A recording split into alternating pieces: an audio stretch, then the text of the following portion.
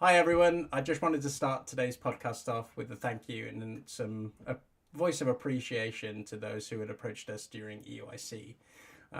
We really do enjoy, the fact that people are liking the podcast, and definitely for the same vibes that we started the podcast off with, which was just for an outlet of casual, honest and open chat between us podcasters. But with that being said, I must start this podcast off with an apology as well. The video file had become corrupted for the first 15 minutes or so. So if you wanted to skip ahead for the video content, then of course skip to then. Otherwise, there's still the audio file that has existed the purge. So you'll still have that available to you. It definitely wasn't because I forgot to click record. This is also a test to see if Joe and Alex actually watch the podcast back and appreciate the efforts that I have to make every single week to edit the podcast. So Joe, Alex, if you're watching, please feel free to contact me. But with that being said, I hope you enjoyed the podcast. This episode's a little bit longer because, of course, EUIC was last weekend. So yeah. Unfortunately, this didn't start with the Raid Shadow Legends advertisement. We don't have any. So feel free to contact me if you do want to support. But yeah, hope you enjoy. The claps. There is the clap. There it is. Which clap are we on about? Yours, mine, Rab's, someone else's? Certainly mine. Something else. Certainly not mine. Right. There was a question that Rab's got some ointment if you need it. Anyway, Rab, there was a question that came out on Sunday night that was a lot of controversy between a lot of us casters. Ooh. If you were to, so on a tier list, it was 1 to 10. Don't even think about a tier list, but blind positioning of a bird on a 1 to 10 scale. Where would you put an eagle? 10 highest or lowest? Yeah, so 1 to 10. Where if you had to do a blind ranking, where would you put the eagle? Not knowing what could come next or something else. Not knowing what could come next. What am I ranking? Yeah. I don't get it. So say 10 birds. Say you got 10 random birds. The first one's eagle. Where you put an eagle? 1 to 10. Probably in what? 9. 9. Right. A 7. Why are you surprised? Really? I don't know what I'm answering. Because eagles are pretty cool birds, are they not? Yeah, 9's great. In comparison. Right? 1 to 10. Tier 1. Tier 10. You said 10 was high. Oh, right. Nice. Yeah. 2, 3 no. then. 3. 3. Okay. Well, then 2, yeah. All right, sorry. Charlie Merriman put it as like a 9. It was outrageous. That's absurd. Then the question was, can you name 8 other birds that are better than an eagle? And Peregrine then it all went falcon, downhill from there. Ostrich, we're talking. Anyway. I mean, the chicken's first, right? Chicken is top tier. Let's be honest. I mean, it's logical. The logical pick is chicken, right? Where would we be without it? Good Jesus Christ! But yeah, there was a lot of outrage from Spraggles and old Doobs. I can only imagine. About it. I feel like I need to have about 3 beers before I can properly get into this. I couldn't even name at the time. I don't think I could name 10 birds. That was a thing. No chance. Right. Anyway, let's actually make a start because this actually could end up being quite long. Yeah. So, welcome everyone to the SpilltheTeaCG podcast. It's myself, Alex Dow. I am here alongside Joe Bernard and Benjamin Yard. I don't know if that's been updated yet. No, Benjamin Rabayotti, no. the Rabster, the Rizzler, whatever you want to call him. Don't call me the but Rizzler, yeah, we're back. Please. I didn't even know what Riz meant until I asked you, and then you all laughed at me at the fact that I asked you what Riz meant because somebody at work said you have no Riz, and I was like, what the hell? What does that mean? And then supposedly I'm too old to understand what Riz means, and then I'm asking everybody else what Riz means, and then they laugh at me even more. What a Riz means? Is that what I said? What a Riz means? I know it's like charisma now, isn't it? It's charisma, right? Like, you've got the Riz, like you've got the charisma. Yeah. Very good. We'll go with that. We got Right, so we're back following this past weekend. Of course, we had the European International Championships. I said those words a lot over this past weekend. We all had very different experiences. Some a little bit better than others. Some were even on the stream. You know, it's their first day too, and they enjoyed themselves. Right. Get this out. Are you going to apologise or what? Because I'm only going to blame my SME. You know, you're throwing him under the bus, throwing production under the bus. And I was an SME. I was an SME. I just want to get that out there. Right, here's my apology to Joe Bernard. He's obviously had a day 2 before. Yes. You know, but some people are just a bit more accomplished, like Alex Bortolini, or whatever his surname is. Truly. Anyway, moving on. Benjamin, you should have something to say, because there was a certain very disappointed person who flew all the way over from Australia, ready to collect his Spilly award. I prepped him. I was just like, Rab's got it. He's worked so hard for you, and we were just disappointing him. I don't know what to say. This is on you, mate. So the floor is yours. I don't have a hot glue gun, right? Now, I think my insurance here is that he'll definitely be at the next event, which is fine, because I can definitely give him that then. Because I've already ordered a hot glue gun on Amazon. Well, hang on. What are you going to for the rest of the year? I'm going to some regionals this year, so I'll be able to give it to him then. I'm going to Stockholm. Oh, okay. I didn't know that, actually. Yeah, so he'll be at Stockholm. So Fine. I'll give him the... Basically what had happened is the cup, I sprayed it gold. Halford's right, well, gold. no spoilers. And yeah, the Halford's thing finest. So as soon as I get the hot glue gun, I'll be able to glue it onto the puck of wood that I've got. See, I don't know about you, Alex, but when I first heard that Rab was making something, I was expecting sellotape to be just everywhere, just like completely around it anyway. So I had a lot of faith in his woodmanship. Really? Wood craftsmanship? Woodwork. Maybe? Is that the word? I like woodmanship more. That sounds strong. That sounds... That sounds it's whittling, really... right? You're a whittler. That sounds consistent. Yeah. A whittler. Maybe far too much faith. I like that. Yeah, or a car. A man of nature. But we haven't got there, Rab. I'm still waiting for this. We're not moving on. You need to apologise for your actions. I do apologise formally to Brent. Can you look at the camera? I stop looking at your phone. I want you to look directly in the camera and apologise to Brent Tonneson. I'm sorry, Brent, but it will arrive. And it will be full of hot glue. It will just be right, we're clipping that and sending it to him to his DMs. I think cemented in hot glue. Phenomenal. Well, look forward to that. All right, good. Yeah. Let's crack on, because obviously we want to try and get through this episode. Like I said, a lot to talk about. We will start with you, Rab, because I think you've had the best time, for us anyway, to enjoy your actual experience. Because, you know, you've mentioned on the pod that you've been prepping for this moment for about 6 weeks. You've tested the most out of the whole of the group. Give us a little bit of a lowdown of exactly what happened, my friend. So I did loads of prep for this internationals. I did actually do a lot of testing, a lot more than I ever usually do. Mm-hmm. The night before, you bought a class like a month ago. I bought a guide. A guide. The Fabian's guide, which was great. It was awesome. Pretty much all the matchups down, lists, recommendations, all this kind of stuff. So I was like, right, okay, I've committed now. I've paid 10 quid, so I'm committing. There's no way I'm paying anything else, right? Yeah. So sleeve up guardie, I'm all ready. And then we go to a quiz the night before. And of course, because you're at the quiz, you're not in the hotel. The real and quiz. you're not looking at your list and stuff like that. We have a couple of beers and whatever.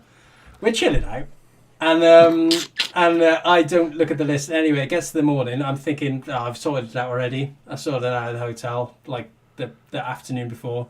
I search up Rab on the findings. I'm not there.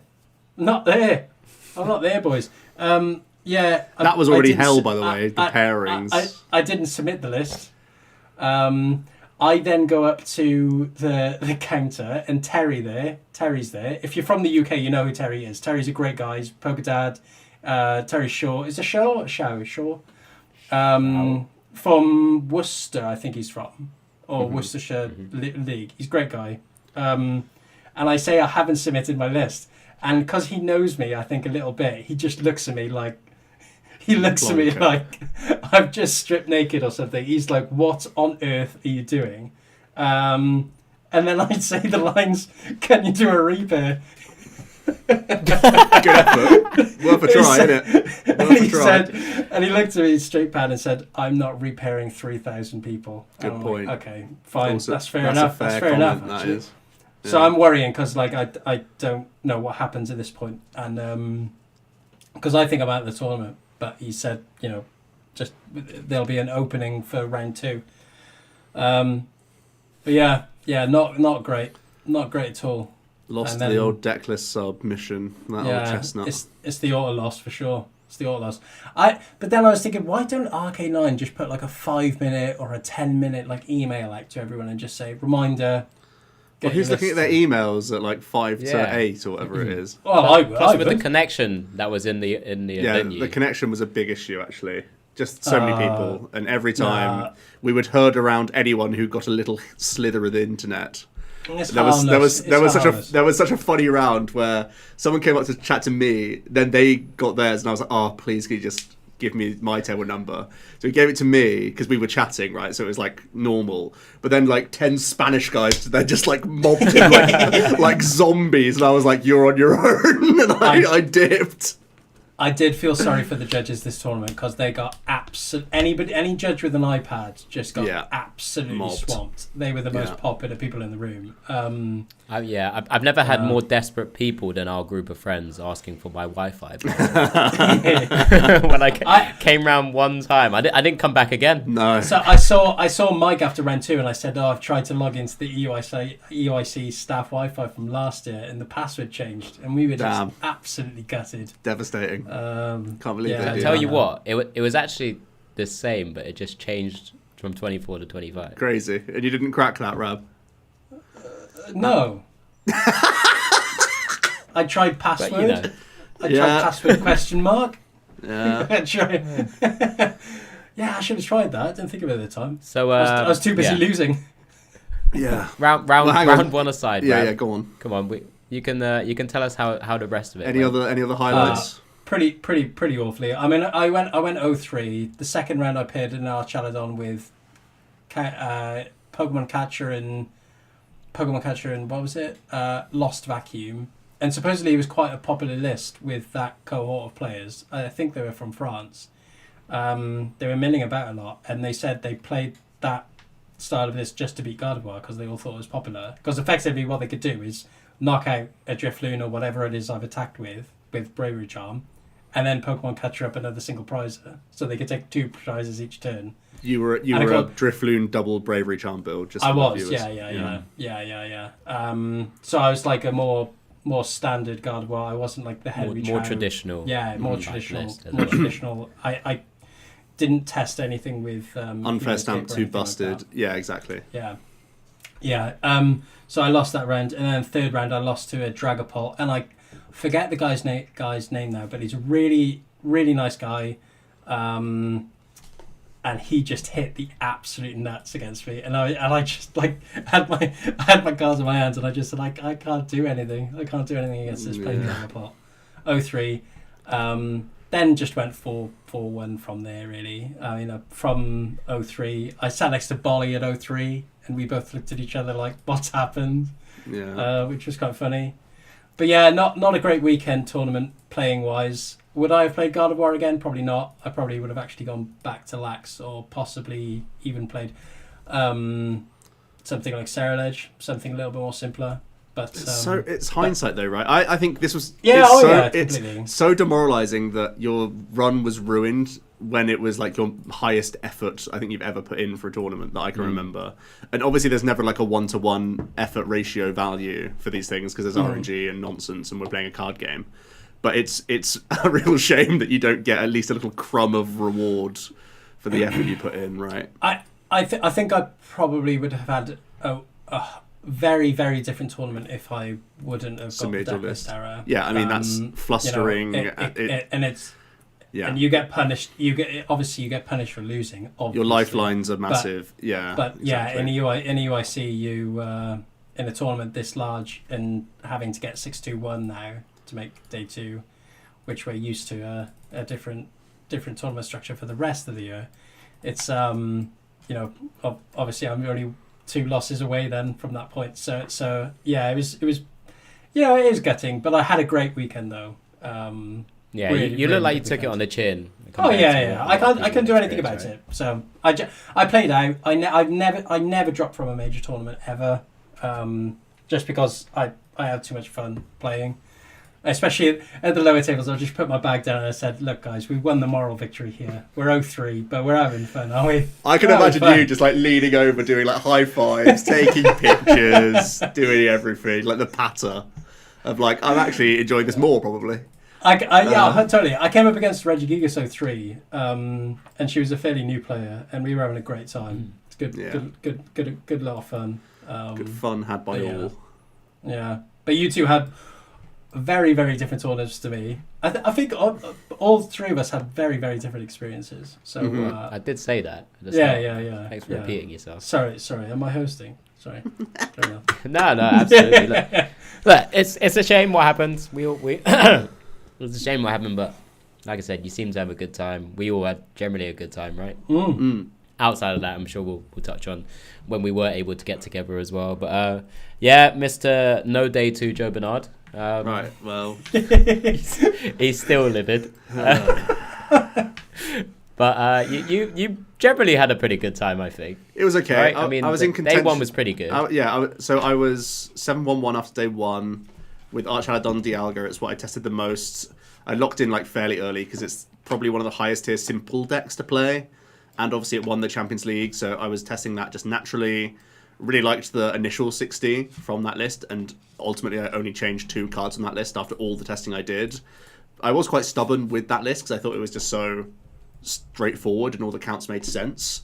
But I did eventually trim the Dialga down from 2-2 to add in Luminion V, which is just an overall great consistency card. And I blind opted second anyway with the deck, so the outs you gain are just substantially massive. And Iron Bundle, which is a really big card into Gardevoir specifically, which I was thinking was one of the tougher matchups for this deck.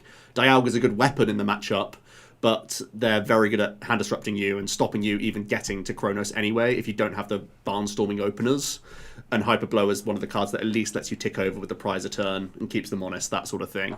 So that's why I eventually went down that direction. It was only in the last week where I made those changes and when I was like grinding ladder quite a lot. But happy with the deck choice. My day 1 loss was to a Chinese player, the first time I faced a Chinese player, I think, if I recall correctly, who was playing Miraidon, but instead of Area 0, it was, I think it was Stadiumless and just played Vacuum and played Prime Catcher rather than Box.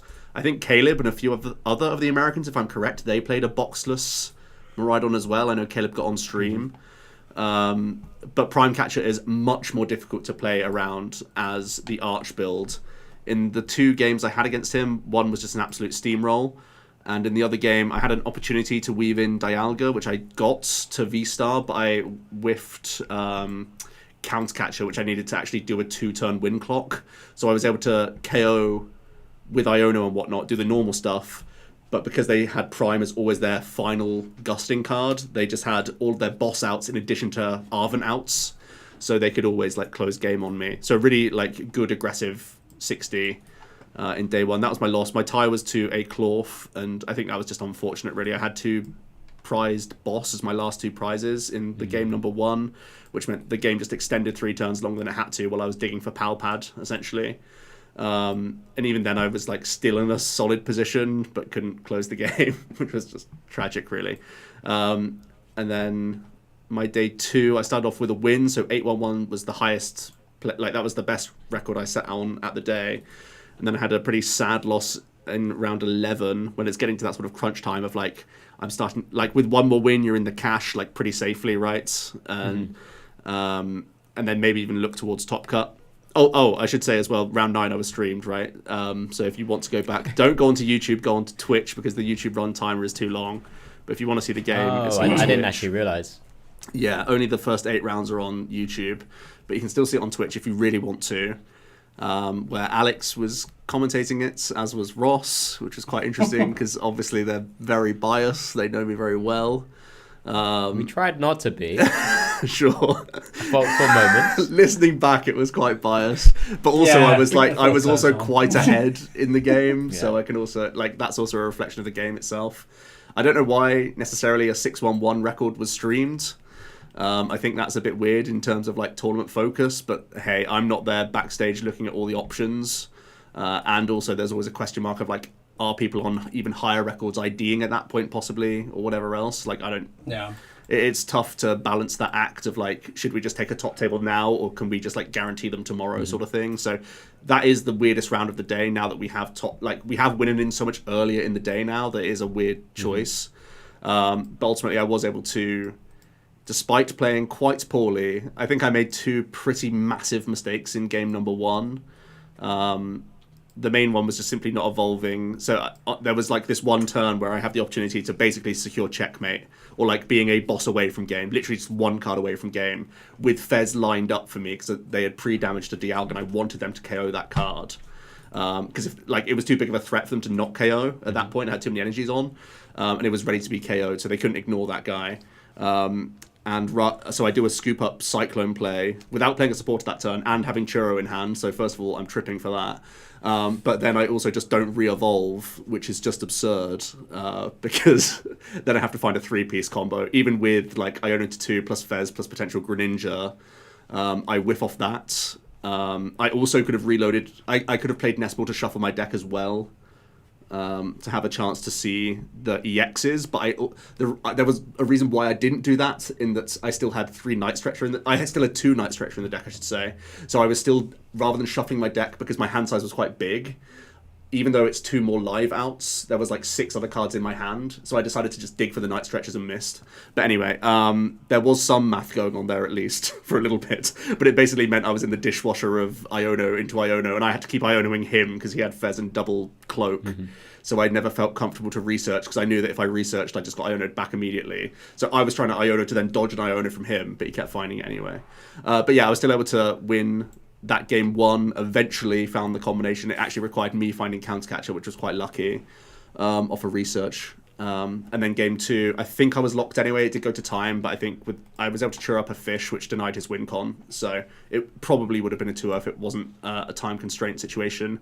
The list was really scary though. I hadn't faced at that point. Like now we see the results and we'll get into that there was a lot of Pulse that didn't play Crystal. Almost all of my testing has been against Crystal-based Pulse, not Stamp Pulse. And this is also a non-Dust Noir build. It was just like heavy Budu, right? I think it played like 3 or something crazy. And Klefki. So I know Tord's approach was maybe similar to that, and we'll have a look at that in a bit. But it really changed, like it really punished me taking any 1 prize KO. And that's pretty much what you have to do against Pulse to just keep things ticking over with my deck, because Dialga can only take me so far. Sometimes it can just swarm the board and win. But if you're evolving up into a Arch, like you're going to start racing. You should be taking out cloaks and stuff as you go. So I made some other plays to like chase energy the entire game and whatnot, based on like what was left for him. But he also played Lost Cities. There was like a lot of things that was like kind of kooky. And Defiance Band, there was a play I made in game 2 where I thought I was basically checkmating with a Dialga V. But then they had Defiance Band Stadium Bounce, and I was like, my position has just got so much worse. I thought I had a free turn, and was lining up checkmate with that play. Essentially, all I had to do then was discard some energy cards to win, which is like such an easy thing to do. But yeah, he had that turn, and I was like, oh, we're still in the game. But luckily, it went to time, and I was able to win that. But anyway, I've already rambled a bunch, so I'll just quickly say that I had a sad loss in round 11 to a Clorf, where once again I was a piece away with like a 14 card hand plus Fez draw to get this. It's a combo, so I still need a few pieces, but I was a piece away from Dialga V-Starring guaranteeing game against a Clorf, where I felt like in command the entire time. So then I do my next best play, which is an Iono them to 1, and they're able to piece together boss and energy to beat me, which was very sad, because it was a 40-minute game 1, so I knew I was taking a loss that round. And then I hit back-to-back Goldengos on the spin, where I prize in each of the sets Dialga once, and without Dialga you're not winning that. So I was able to take a game off one of them, but not able to win either best of 3. And in one of the games as well, they were able to get Cypher off the Iono to 1 as well, which then got them into punting cards, because 2 cards wasn't enough for them to beat me, so they got like Fez Stop, And then it went like Fez, stop Greninja, and on the last Greninja they were able to hit 2 live outs that was in their deck, and they showed me their deck after, and they were like, I really didn't have much at all. So yeah, a little unfortunate, to be honest. But Golden Go was not something I really respected enough maybe in the tournament. That's a bit of a undertone of the tourney. A bit of a cheeky play. So seeing those in the last 2 rounds was pretty demoralizing. So I went from like maybe top cut in the best case scenario, like late on into or midway through round day 2 to just like completely out of cash and ending up with 18 packs for my efforts. So that's quite sad. But there you go. That was my run with Archdialga. I still think the deck is really sick, and I still like my list. It was a very cutthroat tournament in that respect. There were so many people in good positions that just ended up with nothing, and there were so many people. There were so many people when I realised when we got to day 2 that there were a bunch of people going to finish that day at top 256. 100. 100 people finish at 500, right? Yes, so they played the rounds for no extra stuff at all. Yeah, crazy. It was a very cutthroat tournament. I think with tournaments this size, something like a day 2 promo is like an easy throwaway thing that probably wouldn't be too costly. Like logistically, maybe it's a hassle, but I think that would be something nice for players because people care about making day 2 as well. But the other thing is, just with so few rounds, I know it's been mentioned by a bunch of people already, and it's been a problem this entire time, but it really does feel like every round, that one result, that one tie, that one brick, that one bad matchup feels so devastating now. Yeah. Because you have so few chances to make up for that after you've already taken the L.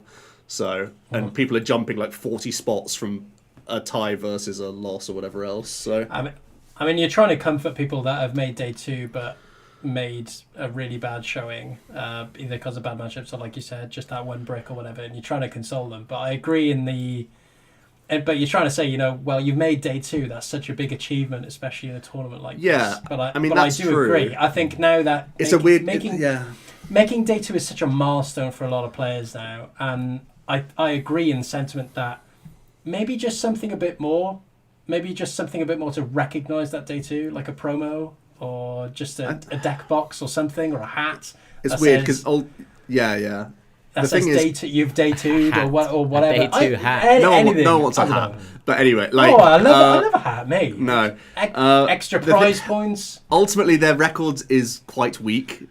So if you take it as a scope of the tournament, it's like that record should not be getting that much stuff. But it's the fact that they've played 4 more hours of poke. Yeah. Well, like 6 hours of poke if you count all the whatever else, waiting times, and they've spent their entire day doing that rather than like socializing or doing. I mean, this is a social game and they're having fun in theory, right? But it is a feels bad for those handful of people, and that's a tournament size thing. Like that wasn't an issue before. Like normally everyone was previously everyone was happy in day 2 at least because they know they were getting away with something and it's how far they can go.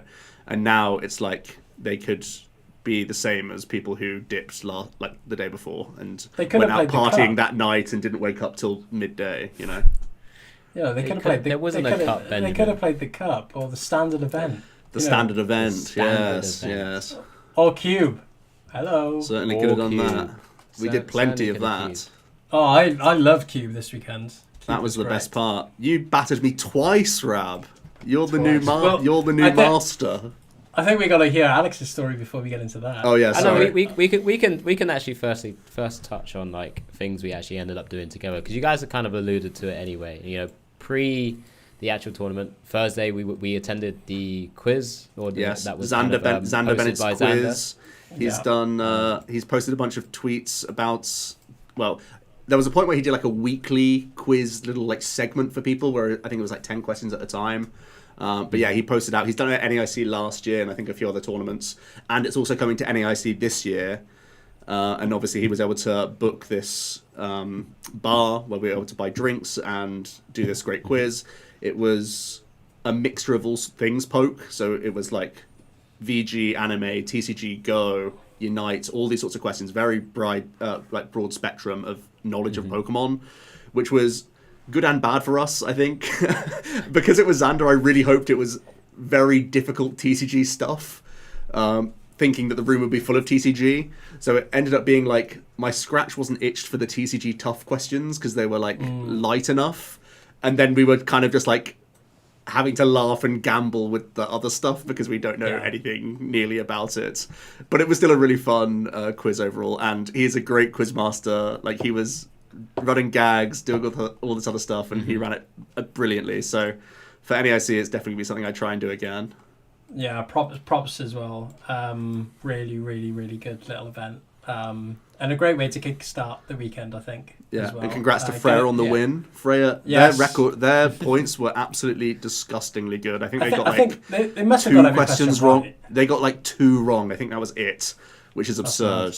Yeah, that's pretty good. I think that's outrageous. But yeah, it was good fun. I echo all the sentiments there, and I think it was not normally.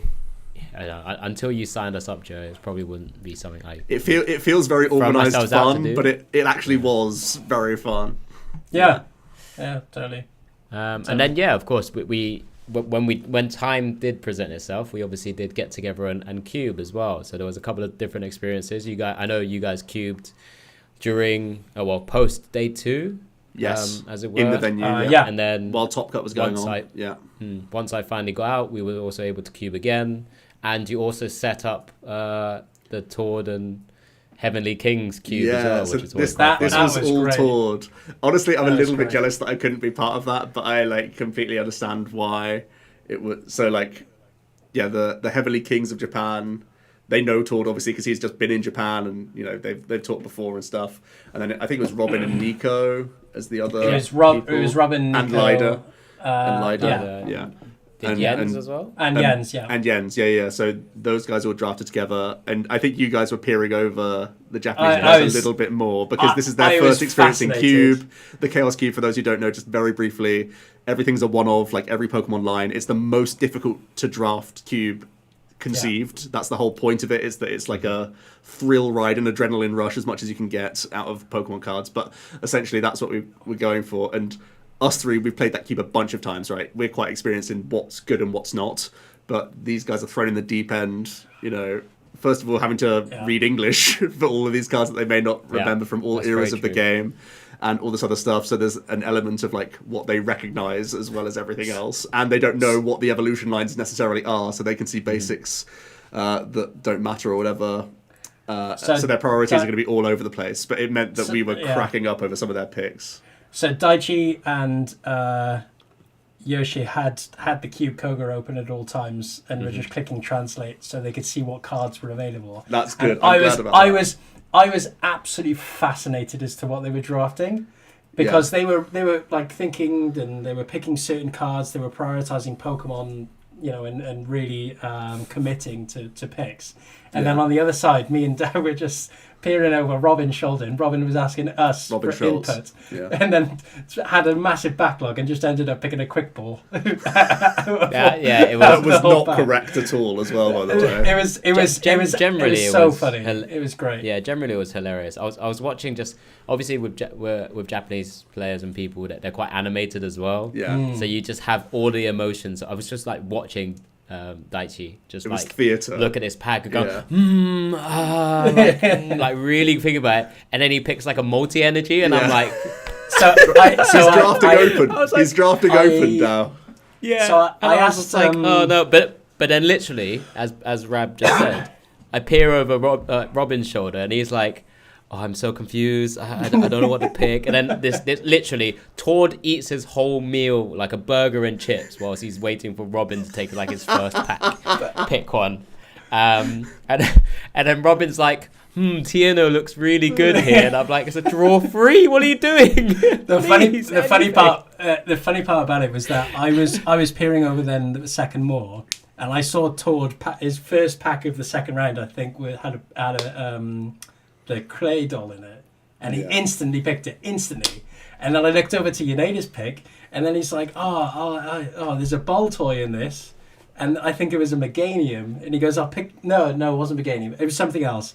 He picked that, passed it over to Tord. Tord picked up the ball toy and just went, I've won. I was like, you lucky. Tord does love to be in the cubes. But it was great watching them play because of the nature of the Chaos Cube and being single turn, and that it's very kind of I call it PC. It's got a lot of pieces, a lot of different puzzles to connect, and I was watching Yoshi and Tor play, and they were letting each other take plays back to see different outcomes of different plays, and it was just fascinating to watch. It was great. Such a great weekend for Cube. And then we just did my draft on the other table, right? How boring. We were the extras in that, to be honest, but it was fine. But yeah, we ended up playing till like 3 a.m. So it was, that we was had an our experience. We definitely had our fill of draft as well. Yeah. Not like I had a final to cast the next day or anything. Good commitment. You had a lie. It's given me the passion to finish my Zoroark cube. Yes, I'm glad. Which has been how long? How many years in the making? 4, Benjamin. 3, 4 years. I've got loads of cards just in like a those really old not deck boxes, but mat boxes they used to give you. Yeah. I got one of them in the garage full of Cynthia and Acerola that I've got to do something with. Of course. Yeah. Right, now Alex, give us the rundown of the tournament then. So you're behind the desk. Go on. Go on, give us your experience. I had a chance to cast EUIC again, so back to back, which is pretty cool. The first things is like I had the great caster privilege of going to the Pokemon Center nice and early, picking up some pretty cool stuff. I got my Psyduck jumper, which is all I really wanted in the end. Happy with that. Yeah. Benjamin's got the little. Is that the Sinister in the background right there? No, it's the Poltergeist. I don't even know. Is that a Poltergeist? That is a Poltergeist. What am I on about? I know you picked up some more plushies there, but so that was obviously kickstarted the day because Thursday's pretty much not too much other than rehearsals and aspects of that. If anyone wants to know, we do a bit of rehearsals, especially in the EU regionals. We kind of get together, do kind of tech rehearsals. We test a few different things, making sure everything's all ready to go. And then it's game day, Friday.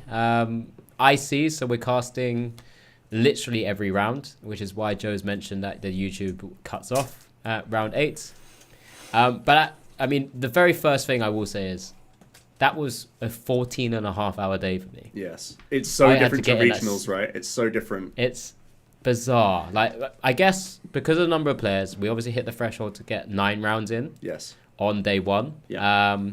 Which I'm sure we can, again, touch on in a moment as well. But I started, 7:40 was my call time. Yes, some of it's like kind of getting prepped and getting ready, like makeup and stuff. So hard. Oh, poor you. Yeah. Poor you. Tell them how hard it was. Go on, Alex. Pour me another drink. Yeah. Woe is me. Woe is me. Well, just don't do it next year then. Fine. Yeah. I can't ever turn it down. Come on now. Anyway, I can't believe you're complaining right now. We got out at 10:10. I think that's reason to actually complain a little bit. Yeah. To be honest. Well, so did I, because I had to bloody play the last round as well. So good. That's the thing, right? And we will. I think we should touch on it. Obviously, like I said, the extra round was included on day 1 because of the number of players we had. I think personally, I do like 8 rounds because it kind of gets us out in good or better time. Sorry, you want less rounds? Usually. No, but I think that is not going to be a popular opinion. I think it should be 5 on day 2 rather than 4. Well, it depends how the ASIM goes. The cut happened to be clean on day 2, whereas it could have been a big ASIM that could have been the equal or more rounds. Hang on. The way we were calculating it was only ever going to get to like 15. It was fine. Well, that would have been the same number of rounds if you do ASIM 8-4-4, right? That's still 8 rounds. So if you put the 5th there, then it's 9 on day 2. But we wouldn't have done 2. You would have cut one of the top 4 rounds. But we want to see the top. We want to see the top 4s. But I think the extra round is fine. But I just felt like I would have liked 100% 9 on 1. 100%. You're lying. You're tripping. Just give us 5 on 2 as well. Just give us an extra round on day 2. Why not? Just have everything. Stop playing. Bring it back. Bring back bubbles. I'm starting the bubble brigade.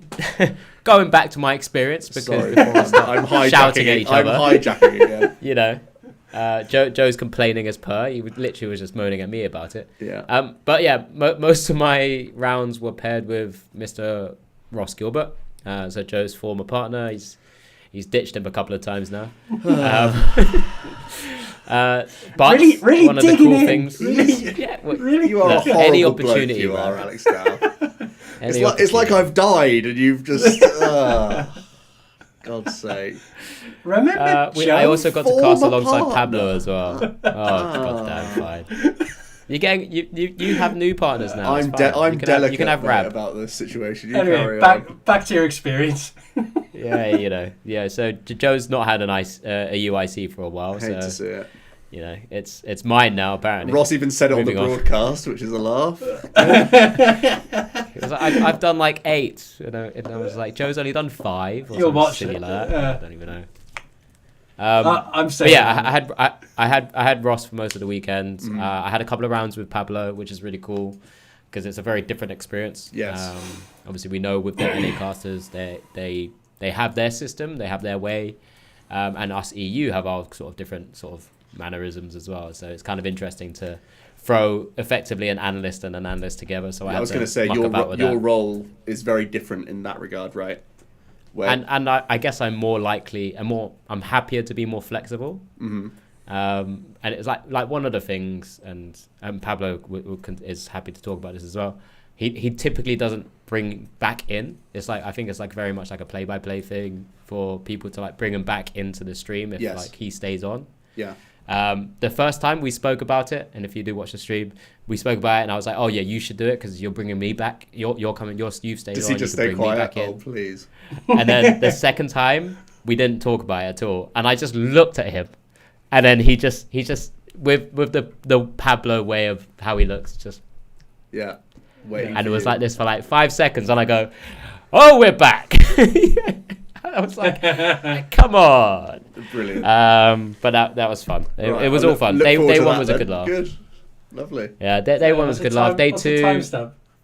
Don't worry, I'll find it. I'll find it at some point. Is it this number? Good. No, I was going to say... Day 2 was really cool. Can I also just say, love the outfit, Dal. You were looking clean over the weekend. I said it a few times. Not in any sort of way, but just... fair play, I got to debut my hair. Your TikTok haircut. Yeah. I've got pictures of me. I can confirm he did have Define Curls shampoo in the shower. I do. So. These are the leaks that we need to hear. I can confirm. These are the secrets. These are the trade beauty secrets. That how are you spelling that, Rab? How are you spelling that? Define. D-E. Good to know. That's his secret all along. Okay. I pulled out all the stops for EUIC. It's my usual one big tournament of the year. So it's usual now, is it? Oh my god, this guy too big for his boots. What do you mean? You had NAIC last year instead. You had New Orleans. Yeah, true. So yeah, I appreciate it. I sometimes we make an effort, not to the effort that. Well, actually, it's probably to the same effort that Shay does, but Shay's obviously a lot more like glitzy and glam. His suit was hilarious. So I saw his hilarious. Suit. I saw his suit. I mean, it works for Shay, but anyone else wearing it looks like an absolute moron, right? 100%. I saw Shay, and I had to take a double look, and I said, I could see you from orbit. Yes. Yes. He was wearing like a Diamante. If you hadn't seen it, he's wearing like a Diamante type suit. Pinstripe. Diamond encrusted suit. And I don't know if he was wearing his Louboutins, but he was. No. Day one he didn't. I don't think. He did. He just changed it out of them when he was on stage and not because they hurt his feet. Yeah. But like he just looks the part. He's great. He is a proper showman, isn't he? Like yes, he is. The suit was great. I got to catch up with him a couple of times. He said he was having an absolute blast doing that stuff. Yeah. So. It looked fun. It looked real fun. I mean, just being able to introduce Ross Gilbert and his masses of fans, including you, Joe. I was going to say I wanted to grief him, but the line was long. Fair play. It went he went over the allotted time for how many people wanted to chat and take pictures and sign stuff. I think that'll come back, that feature. I think they've already kind of semi-announced it on the new Worlds page. That stuff like that's going to happen again. Obviously, I don't know who or what, but I mean, people absolutely adored the artists as well. Like I saw a lot of people with the big poster cards signed. That was a great feature. And that's an incredible memento for people. That was a great feature. It's a shame that I wasn't able to even get a chance, but it would have been cool. Brother. There was you could have gone to slam the what's that game where you're slamming it and trying to it felt like a boggle type thing where you press it down yeah. I don't know what it is. Whack-a-mole. No, I think it's like an actual board game, like a really it felt like family. Boggle. Bop it. But it's like a dice that pops up, right? That's what you do. You press it down. You have to get it to land. Yahtzee. Is it No, Yahtzee? it's not It might be Yahtzee. something like No, Yahtzee's in a cup that you do, and then you throw the dice down. But similar kind of thing, right? Yeah, you yeah, just same- need it to land on a 6. It's like a Buckaroo Same thing. principle. It's not Buckaroo, no. There are no dice in Buckaroo. Mousetrap. Right, can we move on? What's Boggle? No, it's not Boggle. Boggle's a spelling game, but you shake the dice. I thought it was Yahtzee. No, forget it. Right, we're moving on. But yeah, so that was really cool. But yeah, I obviously I like trying to look good, but not to Shay's level. I tend to just keep it fairly muted and just try and look nice for myself. So I appreciate. I appreciated it at the very least. I thought you were looking sharp. You spawned glasses in the finals. I know. Deal with it. I've never seen those glasses before. Look, last time I wore them on here, I had you two taking the piss out of me because I wore it. Took them off. I'm pretty sure I had like comments of GOK1 and whatever nonsense you two came out with, right? You racist mofo's. I didn't say that. Messages. I had messages. Guru. So what more do you want? That's a compliment. I had messages from Yarden going, "Don't worry, I like her. Me and Tord love him, Alex, and these two are just jealous." We've come around now. We've seen the potential in those. Yeah, so I actually semi-need it when it gets late into the day, but that was just a of choice for once. So I thought I'd give it a go. But yeah, day 2 was pretty cool. That was just set with Ross this time. Mm-hmm. There were obviously a lot of interesting games. We had I loved the Vinny Fernandez Hermione game. I know I took the piss out of it a little bit because Pokémon TCG had a tweet with this massive Badoo and a Charmander staring at it, and it was probably my favorite tweet of the weekend. Yeah. And then I tagged both of them in, and I just had pretty much a crying emoji from Hermione. Yeah. And I was like, I'm so sorry. But that was pretty cool. And then obviously Sunday, we had the casual stream, which is tell us about that for people who didn't watch the casual stream. So this was a bit of a trial from the whole production where we wanted to effectively have like a side stream of the whole Championship Sunday that was normally on the official Pokemon channel. This one did go live on the Pokemon channel as well, but it was very much it was almost like set up for like the TikTok kind of YouTube live versions, right?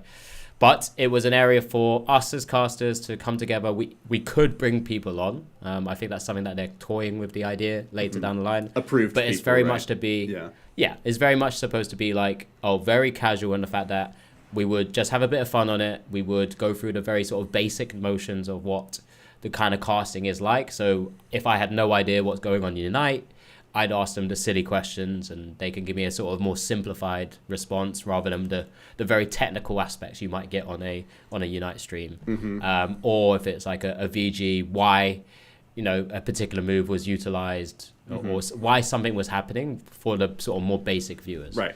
I took the casual bit a bit too casual. I mean, I just had fun with it. Ross, bless him, he was obviously still doing the whole explaining thing when he needed to. He would ask me a question and I'd be like, you just tell me, this is what you're here for. And I was just taking the piss the whole time. I mean, you were fighting people with plushies, basically, right? Yeah. I mean, I tweeted it just because I was just so funny attacking. when Shay starts off by laughing and then he's like, actually, hang on, this is what? What is going on? Yeah. He was like holding like 2 Jigglypuffs or something, and I had a Snorlax just above his head. And essentially, I just got bored, so I just started smacking him on the head. And for a while, he was just like, what the hell is going on? That does sound like something you would do, I'll be honest. Yeah, so it was just stuff like that. But actually watching the final, where it actually got quite technical, was really interesting because it was like a dumbed down bit of commentary where we can all understand, we can all follow, and obviously the VGC final was actually pretty cool. The VGC Masters, so... really cool idea. I think they liked the whole view of maybe trying to get it going again, but they're going to want some more ideas about how we do it. I think the couple of things that I suggested was simply like little bits of trying to get everyone or bundle in loads of casters, and that's what eventually we had a bit of a small group photo when we had quite a few of us in there. Yeah. And for the VGC finals, there was quite a few of us in there as well. So I feel it's like quite a nice way to say, oh look, this is actually a good chunk of us. It's a weird thing because like the casters have like a green room in the back where we just have all the games set up like that. So it's trying to bring that to life a little bit more. Yeah. But obviously, like some people do want to have like a genuine break, but some people are happy just doing more of that sort of stuff. So and that sort of vibe is what's happening backstage, where we'll be watching a game that's going on because there's another one on break or whatever, and that's the conversations that we'll all be having that I imagine were on the casual stream anyway. So bringing that a bit more to life, I think, is just reasonable. And like I say, it's like far less intimidating than switching over to TCG, seeing you and Ross explain something, even in good, like, you know, trying to be base level and detailed and stuff. It's still so much to take in. Whereas if it's, you know, a Go caster asking you about it, you're going to explain it a completely different way because it's a different audience that we're trying to approach. So I think the core of it is a really, really good idea. So I think I've made further suggestions. Like, you know, usually on Championship Sunday we would have like a quick interview with like friends and family before the games go on.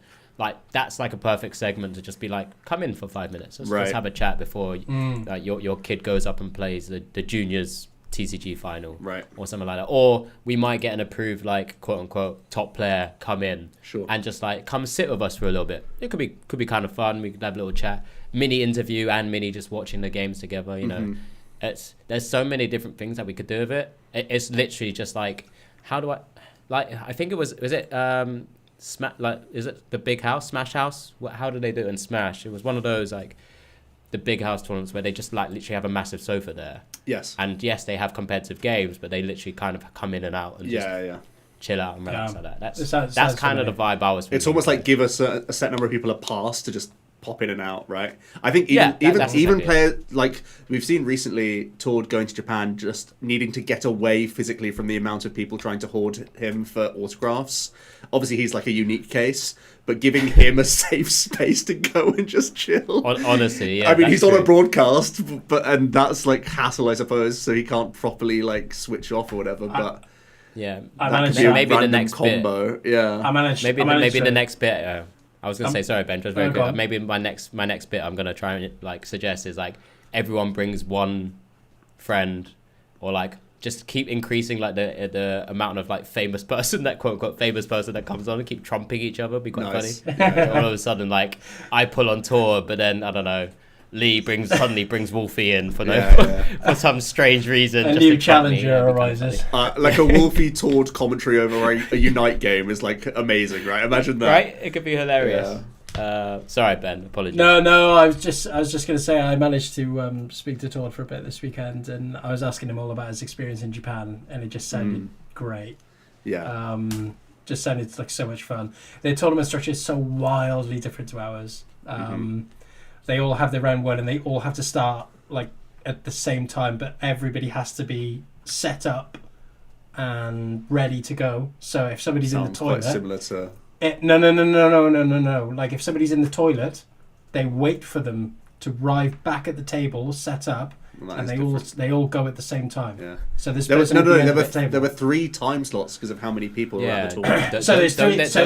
If you're ready, can't you be paired? Isn't it? No, I thought you could be paired once you're ready. So there's 3 time slots.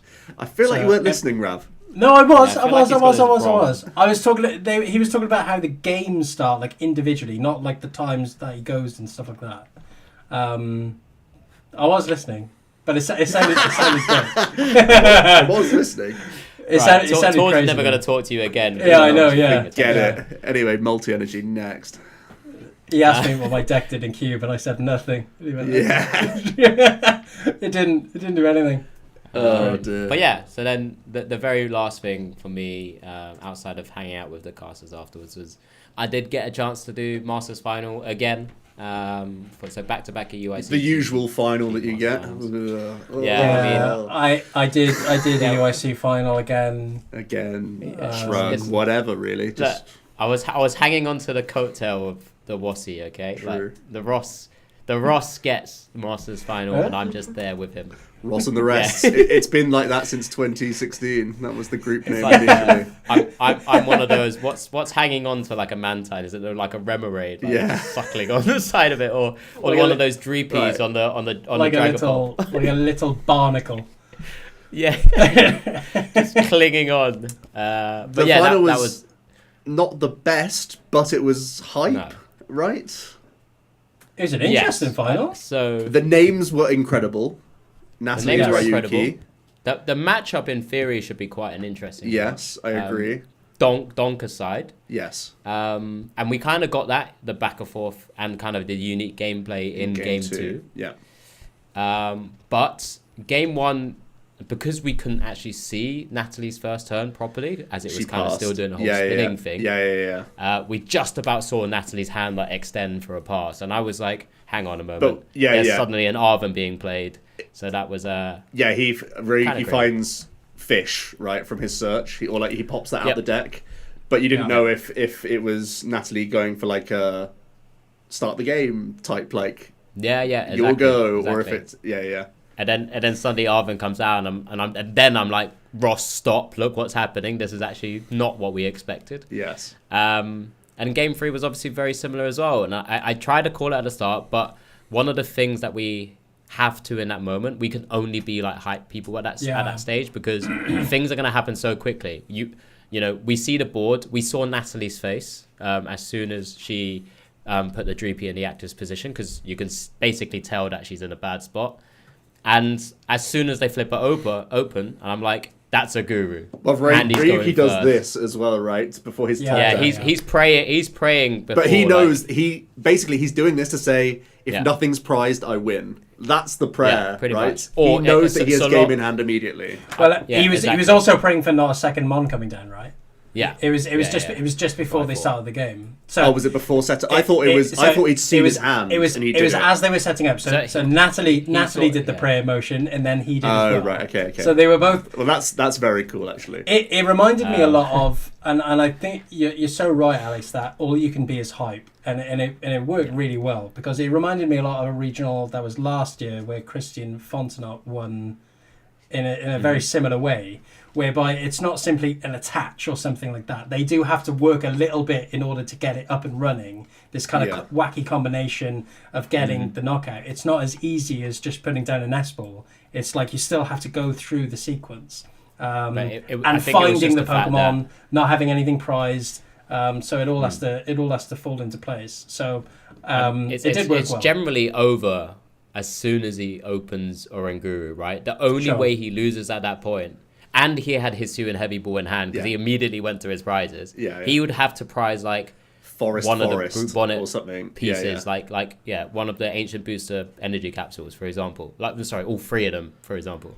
And as soon as he opens his prizes with that Hisuian Heavy Ball, he's basically confirmed that he's won. Yes. And it's just, and at that time, we only had then probably about, let's say, 15 seconds, the whole motion, his whole turn, to actually try and explain what it is. So we don't have that time. So it's only on Ross and myself to just try and be like, it's happening. This is the turn. He's just a few pieces, and then just kind of build up the moment in that sense, rather than start talking about the abilities and all of that. In that sequence of commentary, as long as the kind of sequence of getting each cards and telling the viewer what cards they need in order to get there, and not prizing, you don't even have the time for that in this case. But you don't. But as long as you tilted a monkey, found a thing, flashed 5 Mons in one go, right? But so you can't even say back order. No. You would never go into that. Yeah. That's what Alex is saying. Level of detail. So then, and then we had, we obviously called it. I had my funky monologue, which I think some people liked, but it was a bit different to what we'd expect. I think I explained it to you that I've kind of prepared something in a similar way to what we've seen in football commentary before. Yes. But it obviously wasn't as cringy, but it was still cringy enough to be a little bit different. So I enjoyed myself. I just told Ross to give me 30 seconds. And then still right at the end, he just didn't pause and he just kind of jumped in. It wasn't like a Sky Sports, on the plain grass of the Merseyside. Yeah, I mean, I came close because I semi-started writing something like that.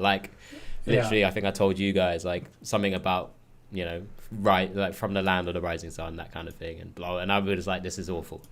So I kept it relatively more simple than that. Just take it in, that kind of aspect. So that was pretty cool. I really enjoyed that. Ryuki's taken away 2 European invites now. I know. There you go. Busted. Greedy. I think on that note, I think we actually do touch into the actual tournament now, don't we? Yes. But yeah, the first thing is, congratulations to Ryuki, and obviously congratulations to Natalie as well. Yes. it was one I did catch her after the game and after that final, and it was just like she was fully aware like this was one of the times where she had no say Control, in it. It was nothing she could have done. It's not like she's misplayed anything. It was just a case of she's a very matter-of-fact person, isn't she? She knows, she plays enough of this game to know what's in and out of her control, and it's one of those things. She's level-headed about that sort of stuff. She's been in those positions a lot. From a top 8 at an EIC, losing to Stefan, wasn't it? And then refacing him at EUIC this year and overcoming that. That's awesome. Getting to the final. It's a pretty cool story. Mm-hmm. Benjamin, I know you're getting some of our graphics ready. Yeah, I'm gonna day one. Yeah, let's have a little look. So 3,000, over 3,300 players. Joe, I don't know if you've done your sort of post-mortem video. I have yesterday. Yeah. Has it gone up? I didn't get a chance. Well, if you ring the notification bell, you would have seen it. Cheers to that. So you've obviously looked at a few of the lists, but this day one's interesting enough, right? I think only really maybe one or two things that we probably hadn't expected, especially if we look at it compared to our quote-unquote tier list that we kind of tried to chuck together. Dragapult was obviously far ahead of the way in all different guises as well, at a very hefty 18%. Yes. Which is kind of crazy. 600 plus players. This is probably that late, or like the back-to-back Miraidon wins, I think tilts people. I think there's a very similar pool of players who like playing Dragapult and Gardevoir as the complicated, mathy, difficult to play, slower decks that like to control with Countercatcher and Iono. I think that's a similar pool of players, and I think it's an easy choice to go Dragapult when you see more Miraidon being the challenger in the format. I think that was taking wins and picking up in play, and I think Pult enjoys that matchup substantially more, and you're also enjoying the fact that Lugia is scared to enter this tournament, whereas I think going into, or maybe before Merida at least, the narrative was that Lugia was in the top 3. And I think going into EUIC, it was Miraidon's going to be the second or third most popular deck. So I think that narrative makes the Dragapult a much more appealing and safe choice, I think, for this tournament. Yeah, Benjamin, just quickly go through the others, just remind us. Yeah. Sorry. Do you want me to go through? Because it is a podcast. Yeah. Sorry. As they can see, Dragapult most popular with 18.3. Gardevoir then second, 12.3. Big dip. And I'm talking a percentage now, not amount of X. Charizard then 11.7. Miraidon 9.8. That's surprising in itself. We'll talk about that as well. Yeah. Lugia 8.2, and then Clorth with a big drop to 4.1. Not a drop from itself, but from 8.2 to 4.1. Big difference between the 5th and 6th most popular. Yes. Yeah. So I mean, the first one that, as Joe's alluded to, Benjamin, you can take this, but are Chaladon EX at third most played? What's your thoughts? I that's not surprising, especially from the testing. Hello. It's not surprising to me that Chaladon was the third most popular. I think after testing it a lot, not testing it, but testing against it a lot, I think it's everybody that were playing it would have shared the same sentiment to Joe, that it did have very good matchups into some of the top tier decks, and I think it just had a good overall gameplay compared to a lot of the decks. I think it's very simple to play. I think it can pick up very easy wins, like I said, against some of the top tier decks, and it can take advantage of cards like Dialga. It doesn't surprise me. Not everyone was playing Dialga, right? No. So not everybody was.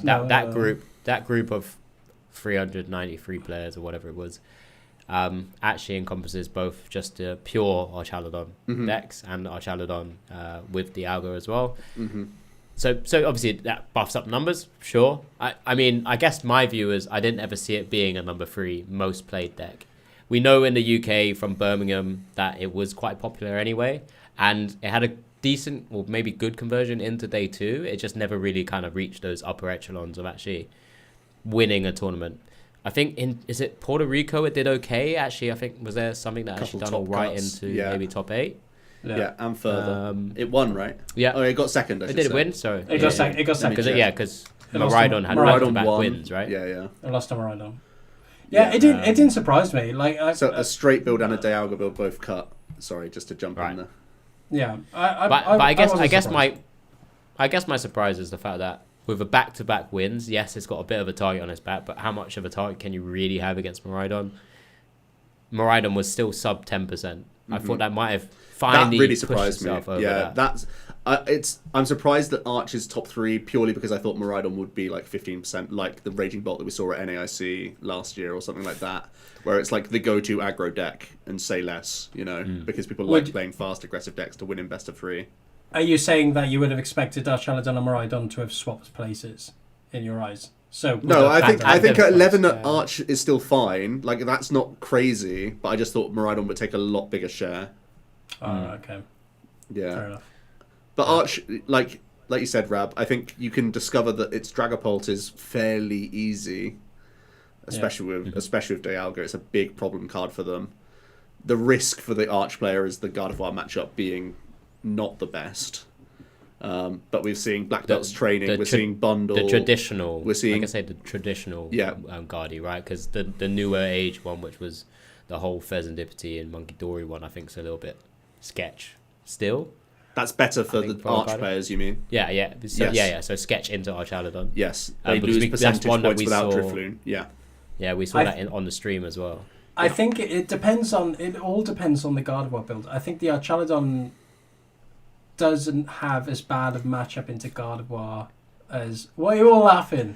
Because Alex has said the exact same thing and you're listening again. No, I am listening. But I don't think it has a bad of a matchup than people think it is against Gardevoir. Well, you tested a lot against the Dialga approach because it was me. So and I guess have a skewed view compared to the straight build, I think. Yeah. You also had a bit of a view on like what you faced up against, like the Archaladon, which had the Pokemon catchers and the that's a bizarre list. Yeah. Bit of a grief. Yeah. I did ask to see his list after the game. Like, can I just see your list? Yeah, it was grief. I mean, yeah. Other than Lugia, which we kind of semi-thought would still be like a decent play, right? When Miraidon has a lot of targets on its back, does Lugia find itself back into the format again because Miraidon drops down, maybe, or goes higher? Who knows, right? The cycle's very, very strange to predict sometimes, but I don't know if it actually done too well in the end in day 2. It didn't convert great.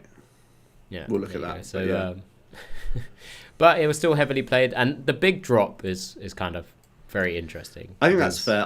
When I was asked on like the build up towards the event, the preview show, people are not the preview show, just like in stream and whatever. When people were telling me to do the top 6 because everyone goes 6 now because of the graphic, I would reel off the first 5 and then be like, I guess this.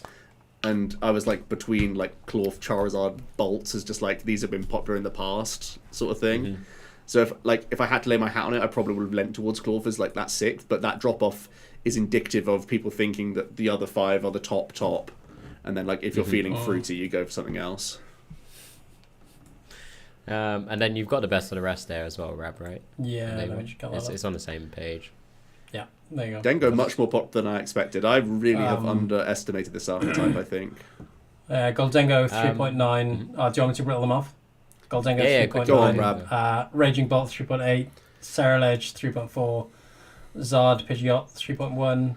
Finally. Lost Zone Pikachu EX 2.7.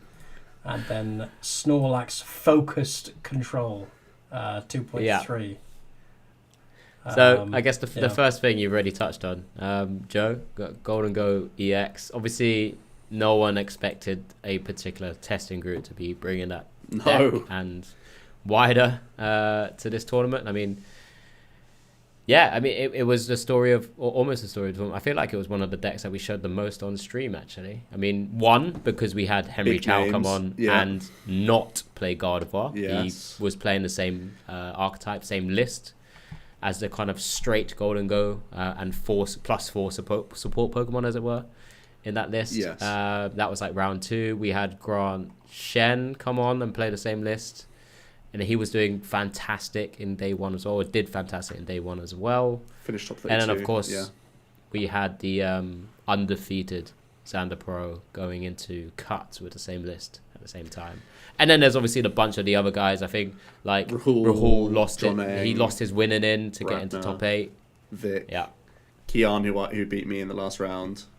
Okay. Lucas Singh. Like, you would not expect this group of players to bring this archetype, I think, in any way. And the twist of their list is they, instead of going Irida, and you would expect Palkia V-Star to have the Shuriken option, it's purely attacking Dengo, and it plays Arven with 1 TM evolution in the deck list.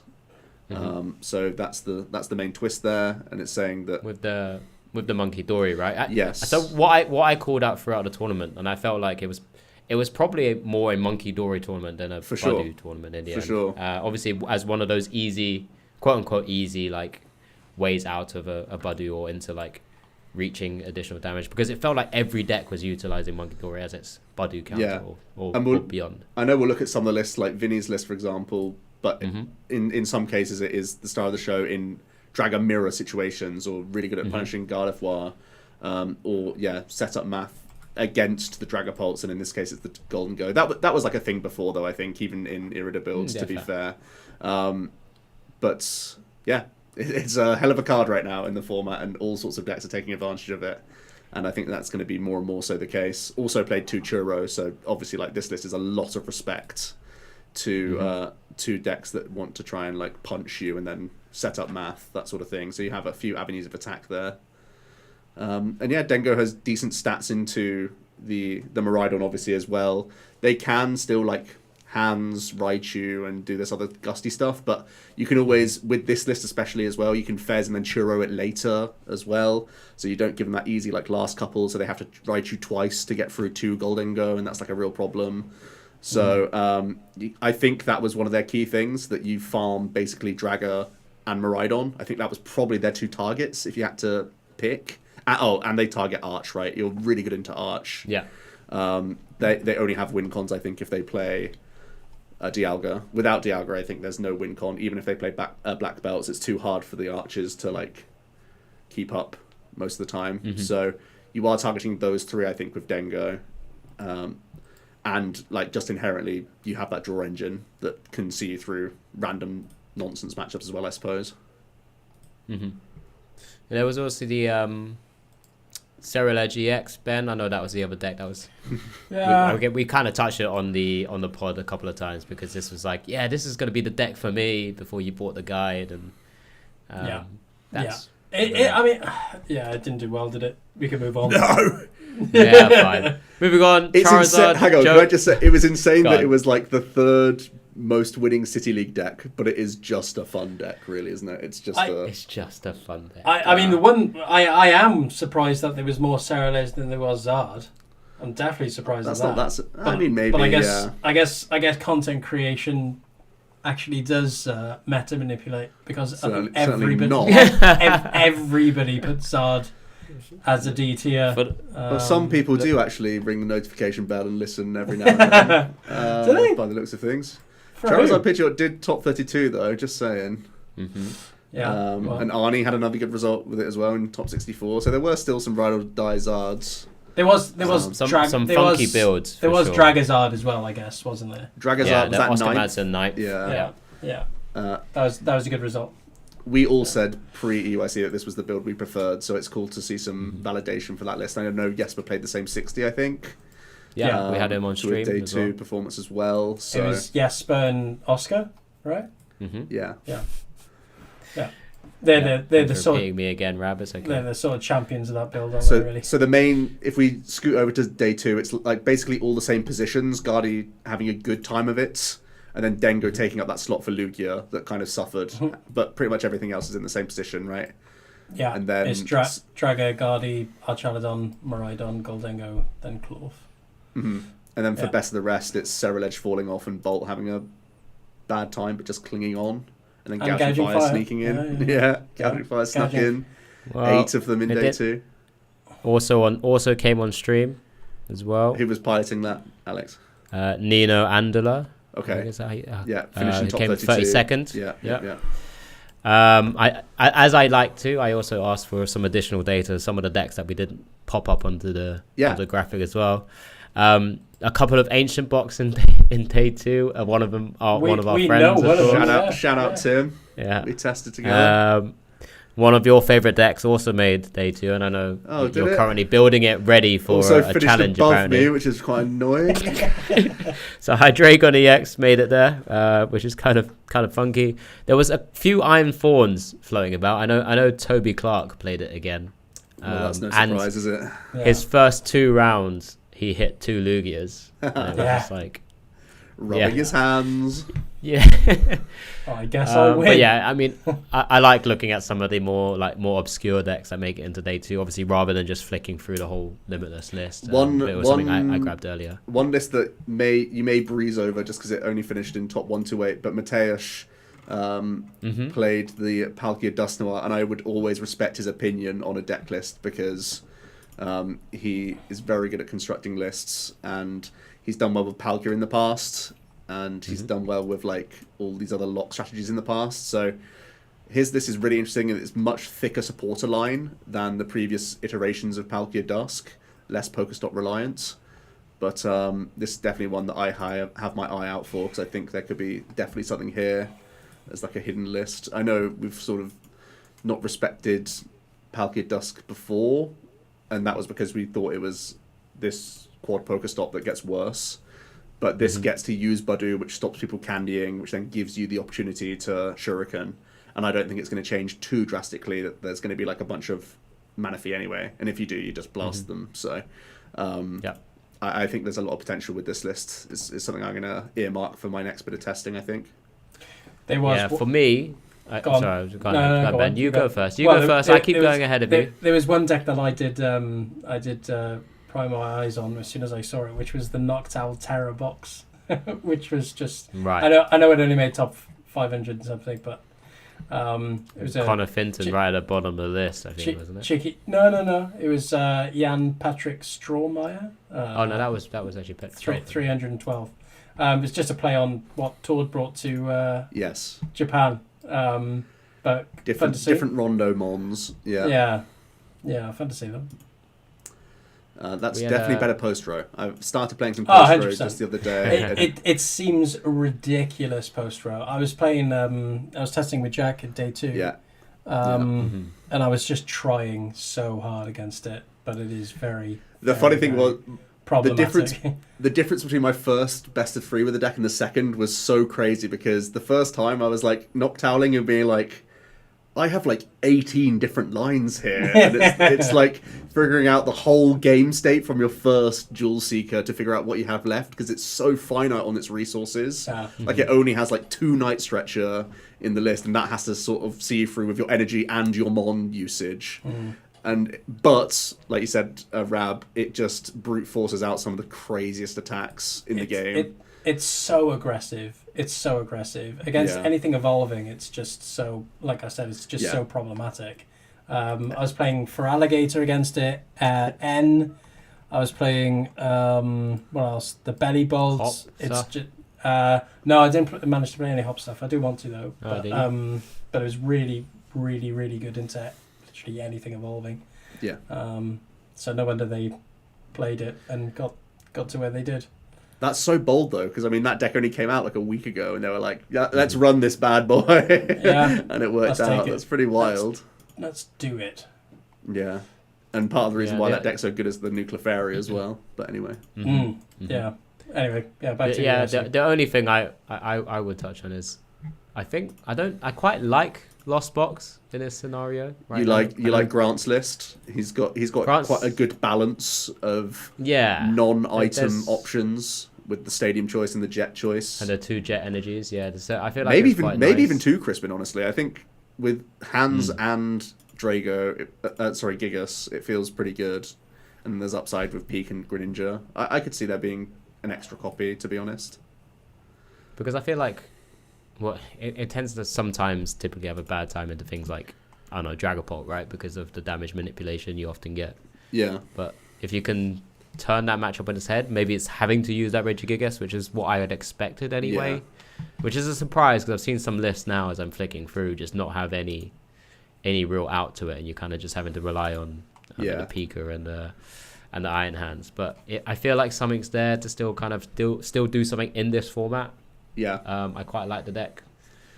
Just generally. Couple of Dragos made top 32 as well. They really didn't play many different cards either. No. Like there was some Lati, some Budu in there, but ultimately the same deck list. So one had double Cologne, didn't it? Yes, one played double Cologne. I'm still trying to figure out why, but it did play 2.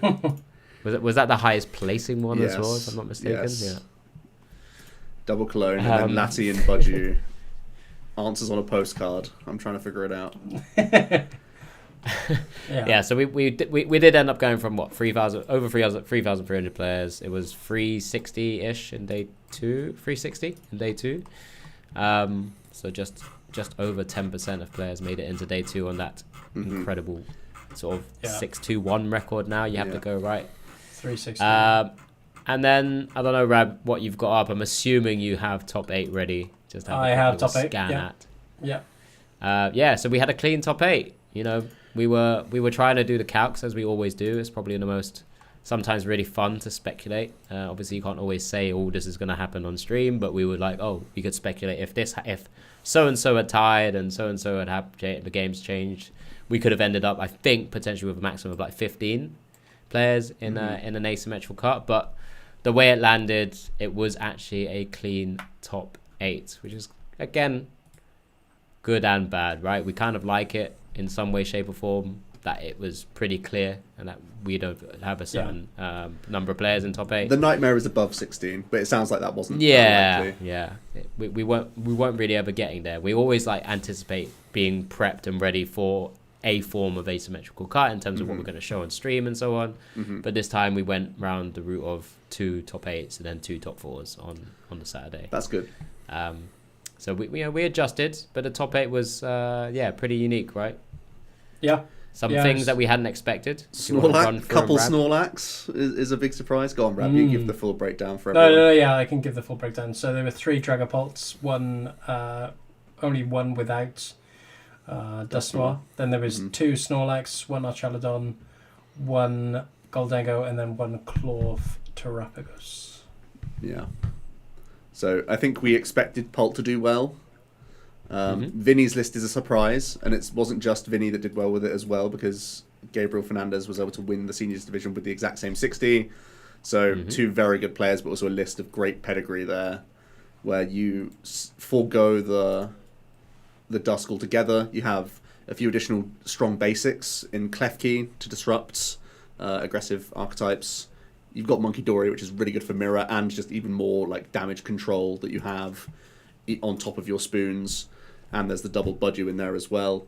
I can't think off the top of my head the specific math around Defiance Vest, but that's a really interesting tool choice for bulking out. I'm not sure if anything sprung to your mind, Alex, or anything you saw in gameplay. The most unique interaction we had with Defiance Vest was it stopped completely the double Shuriken play if Finny lost a Budu. Interesting. Okay. So obviously that bulks up a Droopy up to 110. Sure. Effective 110. Bulks up the Drakcloak above the 90 as well. So it's better than Bravery in that regard. Yeah. That Shuriken play just meant that it just wasn't. That's interesting. It wasn't a factor then. So that's kind of a cool way to semi-protect it. But I guess maybe it's obviously in that scenario, right? Because he was up against Lost Box. Right. Depending on how often that might even pop up, but. That was quite a cool interaction to kind of notice that was kind of slammed straight onto a Droopy pretty early on. And then, so the other like big talking point is that it's not playing Crystal and instead it's A-Spec is unfair stamp, which I think Tord also did as well. It was definitely like a battle of A-Specs across these Dragapult lists that we saw on stream. A lot of it was really quite interesting to see a lot of players move to the unfair stamp aspect, because we kind of have typically seen Dragapult start to get unlocked because of Crystal now, and in more recent times. 100%, yeah. But then this kind of slower play from behind game plan route, zero candy in this list. Yeah, exactly. Yeah. I mean, Tord only played 1 rare candy, exactly, and we saw it nice and early in round 1, and he immediately grabbed for it when he could like apply some pressure. But this whole play from the back was actually quite an interesting game plan. For sure. Because the direction that they both took was quite similar, right? You know, you can clean up with Blood Moon, Ursaluna. You can utilize certain aspects of just utilizing Badoo to slow the game plan down, but Tord has that out of rare candying if he needed to. Right. Whereas, Vinny and Gabriel were just focusing on, well, let's just. I'm going to Badoo stamp and build. Yeah, exactly. Yeah. But yeah, really interesting list. I'm a big fan of that list in particular. And if there's anything for me to try, I would try that. I really like the list as well. Like you said, Candy is something I would think about, but also 2 Churro, 1 Crispin feels really weird to me. I feel like double Crispin is so good for unlocking your monkey and for some protection against aggression. Because I feel like Crystal's a great card for getting turn 2 attack, obviously, but it's also a big protection against whiffing energy, like bad energy openers or whatever else. I mean, you play slightly more energy in this list, and that you have that extra basic psychic in here. But I think that's go on. I do quite like the double Tiro. It does unlock a lot of different plays, especially with. Does it though? Because you have no acceleration. Well, Ursaluna, Radiant Alakazam, Horlucha. I think it unlocks quite a lot. It unlocks the Zam, but surely 1 copy is sufficient for that, right? I don't know. I don't know. I guess I need to test it. It did very well, and obviously these are well-tested lists. It feels weird to me that it's 1 Crispin and Prey, though, because I feel like there's going to be a lot of situations where you're like, the game is falling away from me now because I'm having to just go Buddy again and attach to a cloak and Prey. You know, I feel like it's such a Prey moment at that stage. I suppose the 2 rows just a lot of the time is security, I guess, as well. But I would like the idea of more Crispin. I guess from a non-Dragon Ball player, not seeing Crystal, I'm automatically thinking, how am I accelerating on those really important turns? And I would have expected to see more Crispin. But again, like you said, it's well-tested list, so there's definitely I mean, there's a switch and a rescue board. There's switch and rescue board on the list, so you have a lot of ways to get into Budgie without paying retreat, which is massive. Maybe even Lost City becoming like a beach court or something crazy like that. Like, I'm really just trying to save energy cards here so that I can keep up. Because Crispin's obviously like a bad supporter to play, right? You don't actually want to play the supporter, but it also bails you in a lot of spots. I mean, and it makes the monkey work, right? Which is busted for Mirror. I quite like additional Crispin, but because one of the big things I saw, and you can look at it from I think maybe it was like Natalie's list, or maybe it was more James's list. You only really have access to 2 Dragapults. Yes. Right? But with a Sparkling Crystal, and that's with a Sparkling Crystal. Yes. Because if 2 go down, there's no way for you to have enough turns to build up a third. You've given up Badoo, you're probably trying to Dust Noir. Yeah, exactly. Yeah. And building up a third double 2 energy powered up Dragapult is just like near impossible unless you basically won anyway. Yeah. So you kind of have to make sure your 2 are powered up when you need to be. Yes. I guess it's just Vinny's game plan was vastly different compared to the others. I mean, I think was it a one-off Lost City as well? I mean, I think he kind of explained it in his interview that is it Guardian Respect, or what is it? Exactly that. It was Guardian Respect, and the fact that you can just remove the sort of the support or the draw power or whichever way you needed to go because you have 1 Lost City. So many decks are Night Stretcher reliant. Like, even I would be afraid of Lost City if they were charging down Durs. That would terrify me. I was about to say, I'd be so unhappy if I saw a Lost City with a Dragapult, because you know that they're most of the time taking the first 2 prizes, right? And seeing that Lost City, obviously it'd be much more detrimental if they played Dragapult alongside Dust Noir alongside this, but having just that one Lost City would send shivers down my spine for sure. Whereas Natalie's is the crystal build, couple candies. I did really like her call for having double Dusclops and only having 1 Dust Noir. I think that was a big nod towards winning Mirrors and Guardies, versus like you want the Dust Noir against like the Lugias and the Arches. You need that extra damage push, whereas unlocking Curse Blast before you're getting hit by opponents' Phantom Dives, it's just easier to find it's 1 less combo piece to find. Or if you have the dream of like Curse Blast 1, Drat Cloak, Counter Catch the other, take them both out, like that, especially with some 0 candy lists, like that is going to be back-breaking these days. So I mean, that's where we can look at both like Natalie's and James's, right? I don't know, Ben, if you are showing them. I've got Natalie's up. Natalie's up and down. But there's like 2 card difference. Yeah, exactly. So James played it's the Dustmar and the third Lance. Versus a Vacuum, I think. Yeah, exactly. Natalie played three Lance, yeah. Yeah, so there's 2 in James's list, I believe. So I think James played the Brent and Aidan Koo. Correct, the list that was already out there, yeah. Whereas Natalie and Ethan was what I was trying to say. So I decided to come because I know Natalie sort of also gave a shout out to Ethan on for the list as well. Ooh. Played the same one. Not bad. Yeah. But yeah, so those were sort of more, I guess, traditional quote-unquote Dragger Dustmar lists. The 2 Snorlax were, again, quite funky as well, because 2 very different lists. One was... Crazy different. The boxed orders list. Yeah. But 0 Mimikyu, is that not strange from Daniel? I know Daniel in the seniors division played a lot of Snorlax, but I hadn't really associated him with it in Masters. Like, he's been playing Drago until... Budget came out basically, so it's interesting to see him come back. And I remember he championed Secret Box in his old builds of Lax as well, so that was kind of interesting to see. But no, Mimikyu stands out so weirdly, and the 2 Laxes are polar opposites in that one is like no Pokemon whatsoever, and the other is like let's have everything. Teched out to the wall, right? It's had the 1/1 Milotic, had the Marwar with the Tempting Trap. The Yancy, which we haven't seen for a while, but that's their like Lugia tech, right? It's their Lugia tech, yeah. So I'll just start swinging away with the Yancy and just find a way to keep going, I suppose.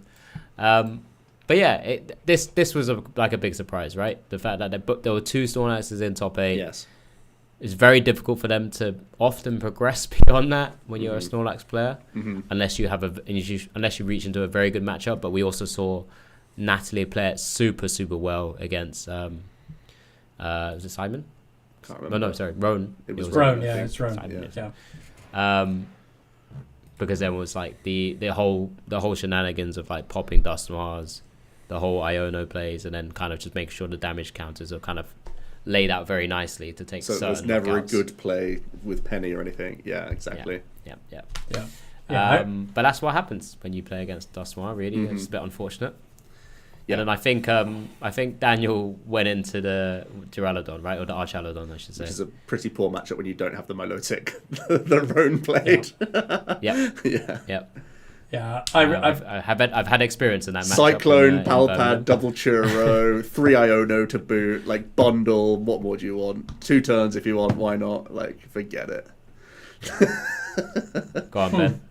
No, I was just going to say I really like Roan's list. I think it's really good. I think using the Milotic, I think having that in your deck helps so much, just because of course a lot of decks are now depending on 2-row as a potential switch out in stall matchups. But I think in the same testament, they're using Counter Catcher, especially with Dragapult and Gardevoir, as their gusting option rather than boss.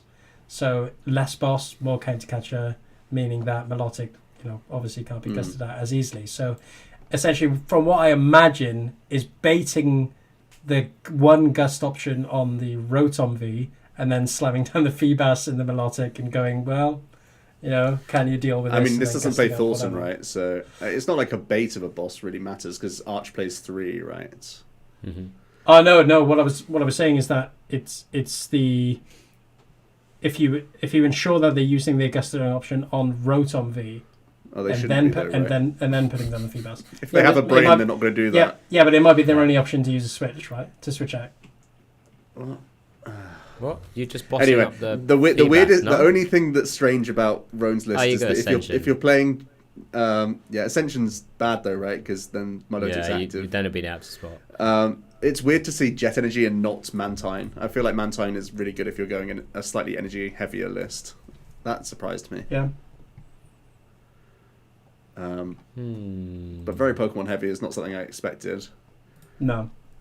Shout out to Simona with the one Arch that did make it. He played Dialga, which is so vindicating that like my testing was right. They played the 2-2 as well. 2-2. And I tell you, if I hadn't prized all those idiots against Golden Go, I would have done better as well, but I don't regret my choices. Yeah, Dialga was cracked throughout the entire tournament for me as well. Like, so good. I don't know how you can play it without it. Honestly, I'm surprised you even went down to 1-1. To be honest, don't say. I'm happy with the cards I added. So the cards, the top 4 list here, it's still kept the fish in the bundle, which I'm really happy with.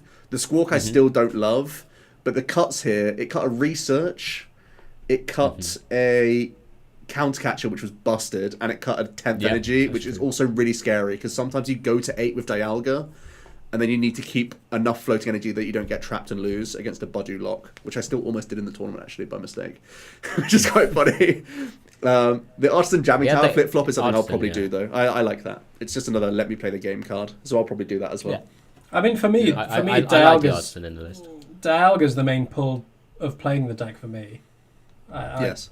It's one of the main attractions. Yeah, I'm going back to 2-2. He's broken. And there were literally stage 2 players weeping into me metal coating. Like, they were just like, I have lost this game. I mean, that's when we were testing. Yes. That's when we were testing. If you start the RV, it's just like you metal coat. And I'm like, I guess I'm not ready for this. I guess. Yeah.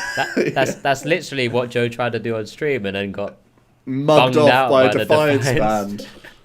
by the death band, as it were. So that was something, because I was like, he's retreating here. Hang on. He's coating. I retreated so I could still Cyclone and coat. Did you see that? Yeah. Genius.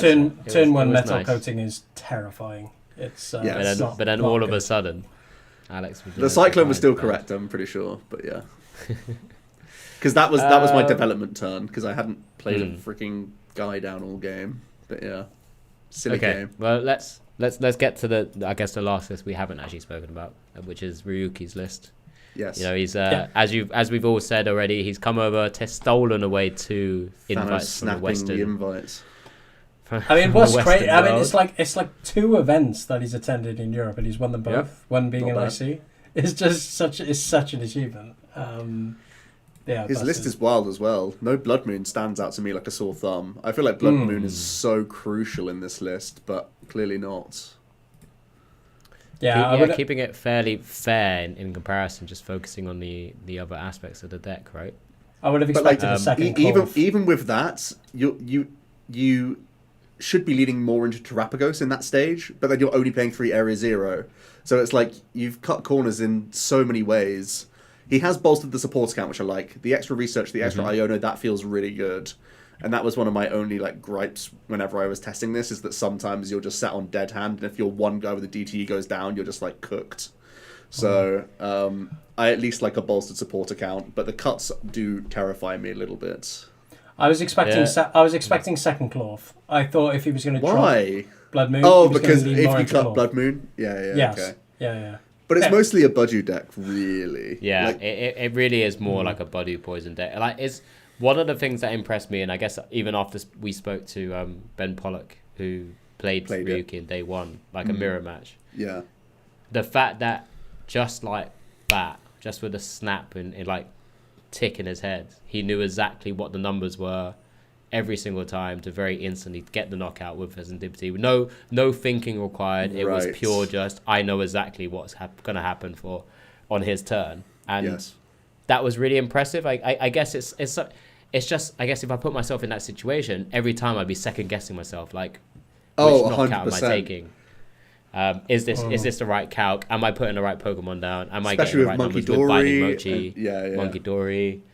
So that was the thing that most impressed me. I guess that's the kind of level of testing that Ryuki and Kato, who played the same list, who obviously helped build the list as well.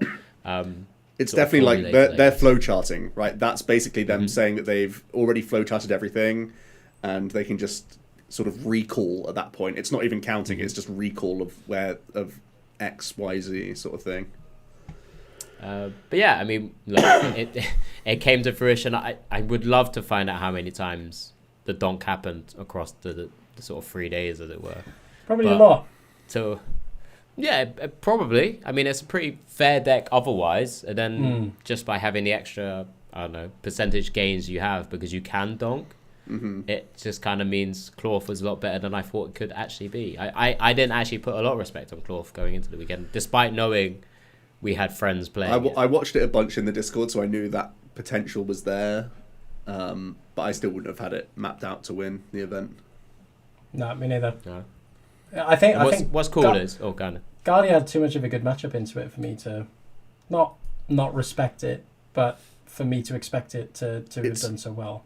It's so bet you didn't even test against it. The main intrigue for me was that all it took was that Lugia jigsaw piece being pulled out to then make the matchups of like 5 different decks different. Like Snorlax can be great, this deck can be much better, and like Dragapult becomes the play over the Gardevoir, whereas before they were like tug of warring basically, because they both had good and bad matchups that they had to dodge. Now it was like it's a no-brainer to play Pult over Guardi if you expect more Don than Lugia sort of thing. So that one puzzle piece taken out just like completely changed the format this weekend, and that was really interesting to see. A max rarity version of the deck would cost you $2,500, according to Limbless. Sorry, it's the first time I've ever clicked on that button. What would be well, that's horrendous.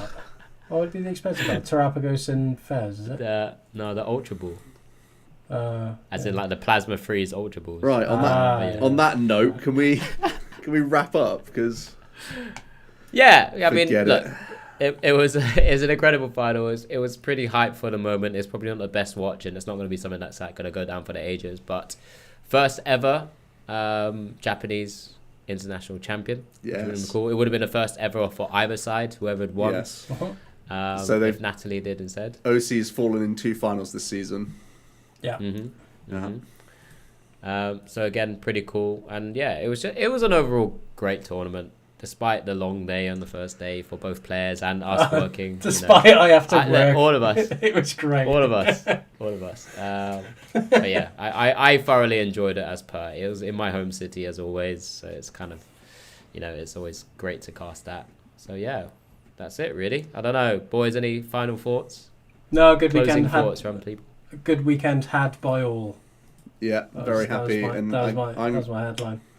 I'm starting to turn my attention to post-row now as well. So there you go. We've got more tournaments in this format. I'm gonna play Zoroark. I will just keep playing Arch. Like even if I make like a handful of changes, I'm really comfortable with that deck, and I don't see like it's quite meta-proof in that it just is quite an honest deck with the broken turn that it can have. So, I need to start figuring out something because I'll be in Stockholm as well, so that's going to be the next tournament. I think we're all going to be there, which is going to be fun. Yep. I need to actually play some Pokemon again properly. Awesome. Yeah.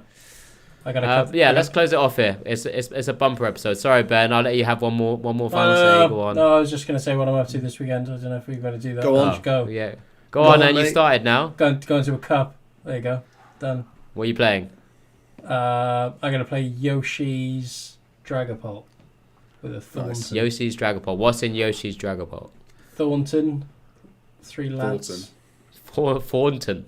No, I just call it Thornton. Don't. Which is wrong, but yeah. Call it what it is, I say.